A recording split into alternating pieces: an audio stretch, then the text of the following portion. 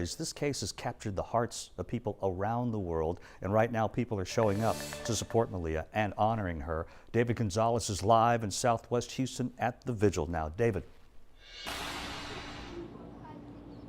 Hey Ron, yeah, organizers put this together as soon as they found out about the latest developments out in Arkansas. They're calling this the Bring Maleah Home Teddy Bear Vigil, and people are gathering, as you mentioned, here at the apartment where she was last seen. They're bringing up everything from balloons to also signs and also teddy bears as well.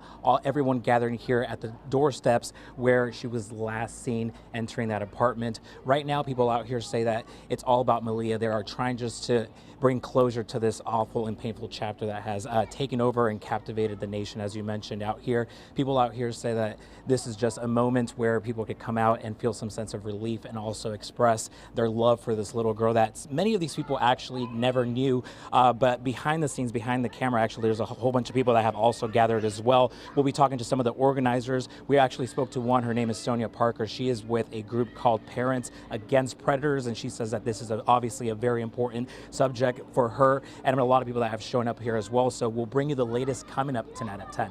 Ron? All right, thank you so much, David Gonzalez in Southwest Houston. All of us here at KHOU 11 News, obviously we want justice for Maleah just like you.